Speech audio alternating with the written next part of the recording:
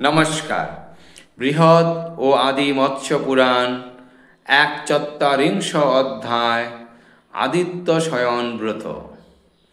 নারদ জিজ্ঞাসে পুনঃ ওহে পঞ্চানন, অনভ্যাস কিংবা কোনো রোগ নিবন্ধন, কোন জন অশক্ত করিতে উপবাস, কিন্তু সেই ব্রত ফলে করে অভিলাষ। এরূপ লোকের পক্ষে কোন ব্রত শ্রেষ্ঠ, আমার নিকটে তাহা কহিবেন স্পষ্ট। ত্রিপুরারি কহিলেন শুন তপোধন, উপবাসে অশক্ত হইবে যতজন। উপবাসী হইয়া তারা দিনের বেলায়, ভোজন করিতে পারে কেবল সন্ধ্যায়। এইরূপ মহৎ অক্ষয় ব্রতকথা তোমার নিকটে আমি কহিব সর্বথা। আদিত্য শয়ন নামে এই ব্রত, আমারই অর্চনা করিবে ব্রতী যত। সপ্তমী তিথিতে যদি হয় রবিবার, অবস্থান করে হস্তা নক্ষত্র আবার। কিংবা রবি সংক্রান্তিদির যোগ যদি হয়, সর্বকামপ্রদা হইবে সে তিথি নিশ্চয়। বিধিমতে উক্ত দিনে হর পার্বতীর, উপাসনা করিবে করি মনস্থির। আর ভাস্করের নাম করি উচ্চারণ, শিবলিঙ্গে করিবে সূর্যের অর্চন। সূর্যের সহিত কভু প্রভেদ আমার, দৃষ্ট নাহি হয় ইহা জানিবেক সার। তাই হে দেবর্ষি আমি কহি যে তোমারে, শম্ভুর অর্চনা কর আপন আগারে। পূজিবে চরণদ্বয়ে বলিবে সূর্যায়, হস্তা নক্ষত্রেতে তাহা জানিবে সদায়। চিত্রায় গুল্ফ দেশে কহিবে অর্কায়, সাতিতে জঘন দেশে পুরুষোত্তমায়। বিশাখা নক্ষত্র হইলে উদয় গগনে, জানু দেশে পূজিবেক ধাত্রে উচ্চারণে। ভরণী নক্ষত্রে কঠোর ধান্যে কণ্ঠেতে, অনাঙ্গায় কহিবেক জ্যৈষ্ঠায় গুজ্জেতে। কটিদেশ পুজো মূল্যান ক্ষত্রে ইন্দ্রায়, রেবতীতে করদ্বয়ে সান্নামধিসায়। ত্রষ্টে সপ্ত তুরঙ্গায় করি উচ্চারণ, পূর্ব উত্তর সারায় নাভির পূজন। উরুতে অনুরাধায় সহস্র ভানবে, শ্রবণা নক্ষত্রে কুক্ষি দেশে তীক্ষ্ণাঙ্গ সবে। পৃষ্ঠতে বিকর্কতনায় পূজো ধনিষ্ঠায়, অশ্বিনীতে নখে সপ্তাশ্ব ধুরন্ধরায়। পূর্ব ও উত্তর ভাদ্রপদে বাহুদ্বয়ে, পূজিবে চণ্ডক্রায় একান্ত হৃদয়ে। মৃগশীর্ষ নক্ষত্রেতে দশন রাজিতে, হরয়ে বলিয়া পূজা করিবে ভক্তিতে। যবে অগ্নি দৈবত নক্ষত্র আগমন, কহি দিবা করায় পূজিবে পঞ্চানন। রোহিণী নক্ষত্র যবে হেরিবে অম্বরে, বিধানে পূজিবে অম্বুকেশায় অধরে। অতিভক্তি বরে শিব দৈবত নক্ষত্রে, রসনা ও নাসা দেশে পূজিবে সবিত্রে। পুনর্বসু নক্ষত্রেতে ললাট দেশেতে, অম্ভরূপ বল্লভায় পূজা বিধিমতে। উচ্চারণ করিবে শরীর ধারিণে, পুষ্যায় অলকা দেশে পূজা ভক্তি মনে। অশ্লেষায় মৌলিভাগে বিষ্ণুবপ্রিয়ায়, কর্ণে পূজিবে গগনেশায় মঘায়।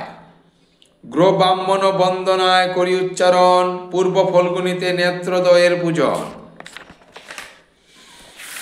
উত্তর ফাল্গুনীতে ভ্রূদ্বয়ে অতঃপর, নম বিশ্বেশ্বরায় বলিয়া পূজা কর। যিনি পাশ অঙ্কুশ কপাল শশধর, ত্রিশূল কমল সর্প আর ধনুর্ধর। অন্ধক ত্রিপুরাসুর অনঙ্গাদিগণে, বিনাশ করেন যিনি অতি ক্রুদ্ধ মনে। সেই উমাপতি শিবে আমি নিরন্তরে, বারে বারে প্রণাম জানাই ভক্তি ভরে। এই রূপে প্রতিদিন একান্ত হইয়া, হরের সকল অস্ত্রে অর্চনা করিয়া।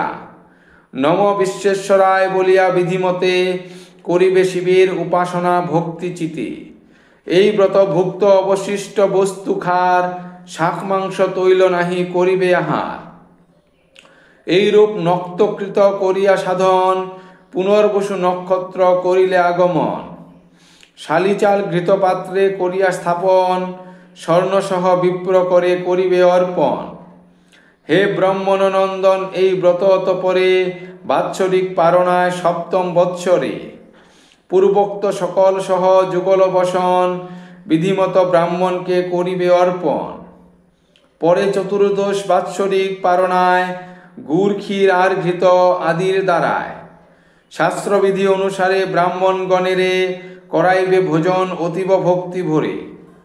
অষ্টপদ্মযুক্ত অষ্টাঙ্গুল পরিমিত অতীব সুন্দর পদ্মরাগ দলান্বিত 100 কর্ণিক পদ্ম করিবে নির্মাণ, প্রস্তুত করিয়া সজ্জা আর উপাধান।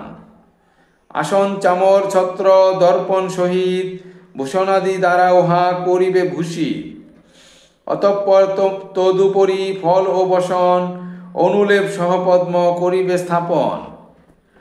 পূর্বাহ্ন সময়ে করি মন্ত্র উচ্চারণ, 100 লক্ষণা গাভী করিবে অর্পণ। হে নারদ, যা কহিবে তুমি অতঃপরে, তাহা আমি কহিতেছি শুনহ অন্তরে।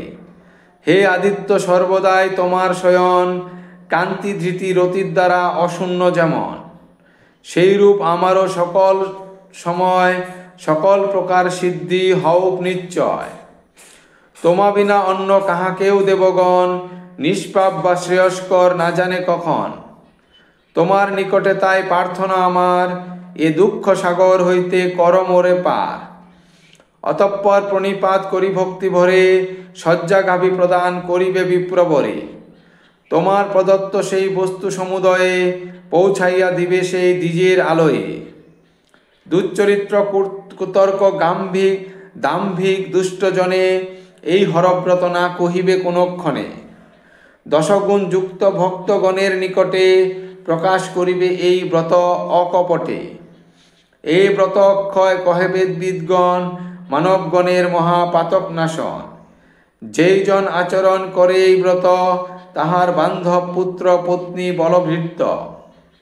কবু নাহি হইবে তার সহিত বিয়োগ, কখনো না ভুঞ্জিবে দুঃখ শোক রোগ। পূর্বেতে কুবের পুরন্দর বশিষ্ঠ, অর্জুন প্রভৃতি বহু ব্যক্তি যে বিশিষ্ট। এই ব্রত বিধিমত করিয়াচরণ, সুরলোকে হইলেন অতি প্রিয়জন।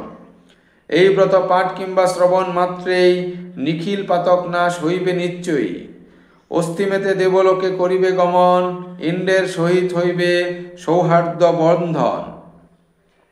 বৃহৎ ও আদি মৎস্য পুরাণে 144 অধ্যায়ে আদিত্য শয়ন ব্রত কথন সমাপ্ত। ধন্যবাদ।